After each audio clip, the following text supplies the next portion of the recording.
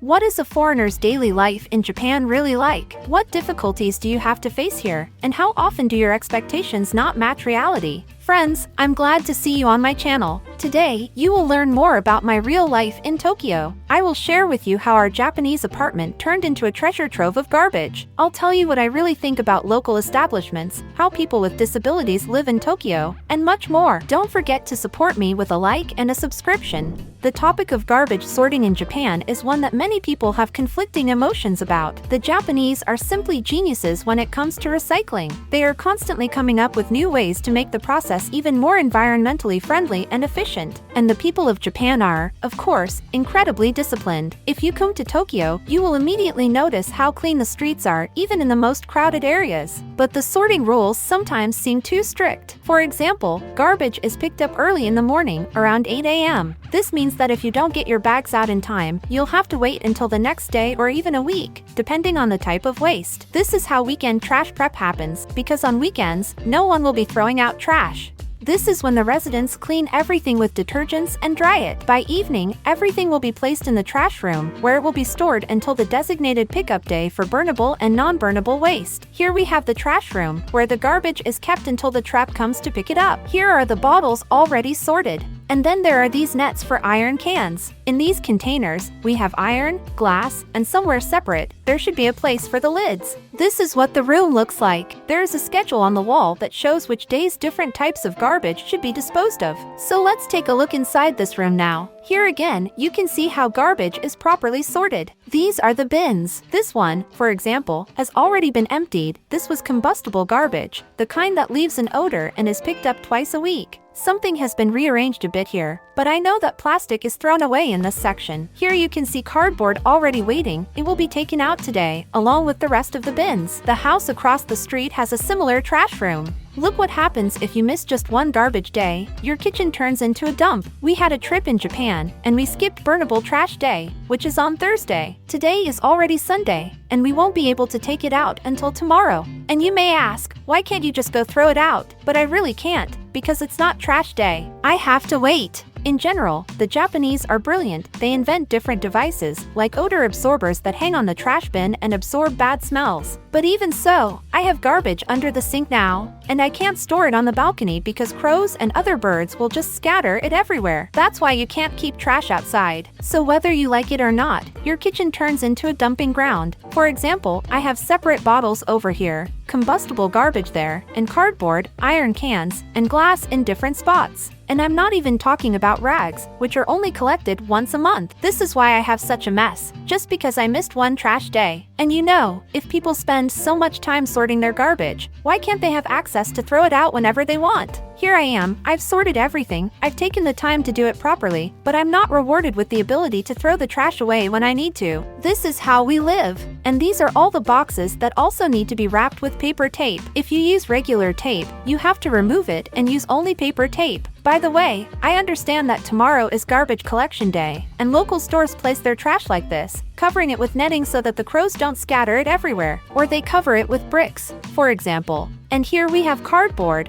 which will also be taken out tomorrow. The day after tomorrow, bottles will be collected. Here, too, sorting is taking place. Everything is prepared for disposal. Japan is a country with the most unique goods, inventions, clothes, and so on. But because of the strict garbage sorting rules and the lack of space in apartments, you often have to deny yourself many things. Walking through stores, you might see a gorgeous vase but realize that there's simply nowhere to put it. And if it suddenly breaks, you'll have to spend time and effort on proper disposal. This is especially difficult with large furniture or appliances. Their disposal is paid and comes with its own nuances. Nevertheless, sometimes it is very hard to resist spontaneous purchases. We still occasionally give in to the temptation to buy something just for the soul. For example, how do you like these funny crab-shaped slippers? My husband bought slippers like these, and now our daughter is trying them on. Such a fancy slippers! If you're looking for a place with the most unusual goods and souvenirs, you should definitely stop by Don Quixote or Big Camera. These are stores where you just can't leave empty-handed. Since we often travel for work, suitcases are an integral part of our lives. Japan lures you in with its selection of cute products featuring cool colors and prints. Anime fans shouldn't be allowed to leave the house with their wallet at all. Anime stores aren't only in Akihabara, they're everywhere in major stations. Here, for example, is the Base Yard store in the Harajuku neighborhood. Shelves filled with figures, merchandise featuring your favorite characters, rare collectibles, and more. I haven't watched much anime, but even I felt the urge to buy something to decorate my room. Some of our favorite places in Japan are conveyor belt sushi restaurants. This time, we decided to go to Hama Sushi. It's a huge restaurant chain all over Japan, and you can always get a delicious and inexpensive meal there. Most plates cost only 110 yen, so you can try a lot of different kinds of sushi without spending too much. Besides the classic salmon or tuna rolls, they have some unusual options, like beef sushi. And if you're not in the mood for sushi, you can always order ramen or something fried.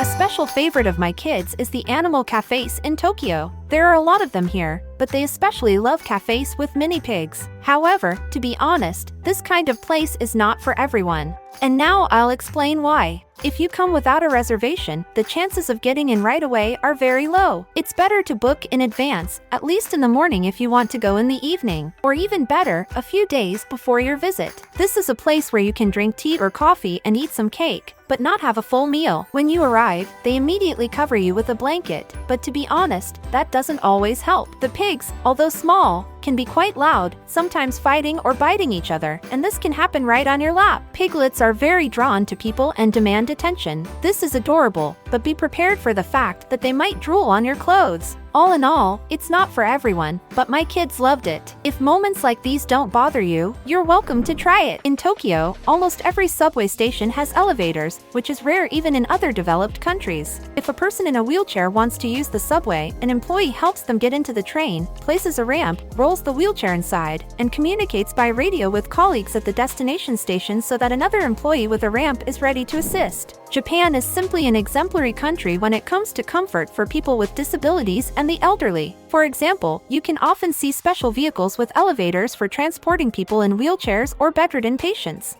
Social workers can also come directly to the home with a mobile bathtub to help the elderly or those who cannot wash themselves. This level of care is very admirable. In Tokyo, almost all streets have tactile paths for the visually impaired. These are textured paving strips on sidewalks that help visually impaired people navigate safely. Now I want to share with you a story about how expectations based on what we see on the internet can be very different from reality. You've probably heard about the Totoro bakery in Tokyo. When I saw a video about it, of course, I wanted to go there too and film a video for you. But to be honest, my expectations weren't quite met. I imagined something large-scale, with a huge selection and crowds of people, but in the end, the bakery turned out to be in a very ordinary residential area among houses. Its location was surprising since it's hard to spot in the dark. It is literally a house where people live, with the first floor converted into a cafe and bakery. The cafe, by the way, is only open until 4 in the afternoon, but you can buy cakes until 5. We arrived 40 minutes before closing, and the selection was very modest. There were only 4 Totoro cakes left. I took 2, and a couple came in right after me, most likely taking the last 2. I'm sure that if we had come a little later, there would have been nothing left, but despite that, the place had a great atmosphere. There were figurines and toys of Totoro and other anime characters everywhere. Everything was done with care, it was cozy and pleasant. In any case, you wouldn't leave empty-handed, as they sell various sets with anime-themed candies and cookies. They also gave us this cute sticker. Look how pretty it is! I can't wait to try the cake. I felt bad biting into it, but it tasted like a croissant. I just hope there's at least some filling inside and that it's not just a cute pastry. To be honest, I wouldn't say it was particularly tasty. The chocolate was pretty good, but the filling was just cream. I've said it before, but this type of cream is an acquired taste. I don't really like the way Japanese cream is made. The bakery is nice, and you can take some great videos there and enjoy the atmosphere. But if you're looking for something as delicious as a French croissant, it's probably not worth it. The place we're sitting in right now has a more unusual interior. It looks cozy, but something feels like it's missing. And honestly, I can't say it's comfortable, but it does look nice. I think sometimes Japanese people lack a sense of comfort. It's as if in some places they have it, and in others, they don't. The other spot over there feels cozier, but we sat here because the lighting is better.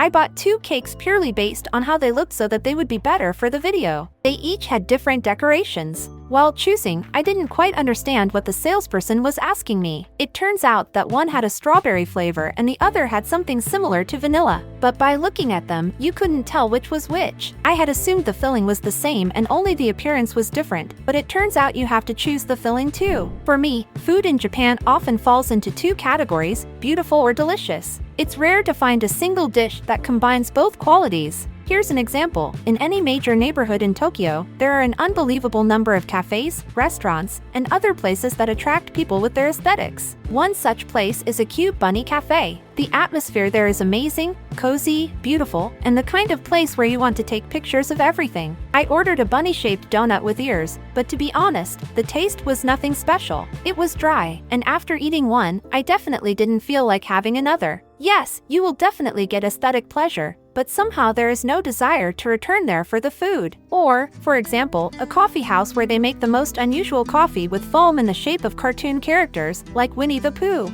It's really cool. Yes, the coffee is, of course, more expensive than in ordinary places, but for the sake of the experience, you can try it. I didn't regret it. But again, you go there not for the taste, but for the presentation. There is a rule in the coffee shop that each visitor must order at least 1 drink. And I was very surprised that payment is by card only, cash is not accepted. You know what surprises me? I'm walking around Asakusa right now, and there are cafes selling food, but everywhere there are signs saying that you can't eat here. You have to pack your food somewhere and leave. There's a sign that says you can't eat here. Here's a cafe that's already closed, but there are still signs saying you can't eat here. The next cafe is the same, and everywhere there are signs like this. You would think that since construction is going on here, even if you eat in this area, you wouldn't be blocking anything or disturbing anyone. But there are signs here too: no eating or drinking. Again, it's late in the day, and this coffee shop has closed, but the sign is still there. You have no idea how convenient the post office is in Japan.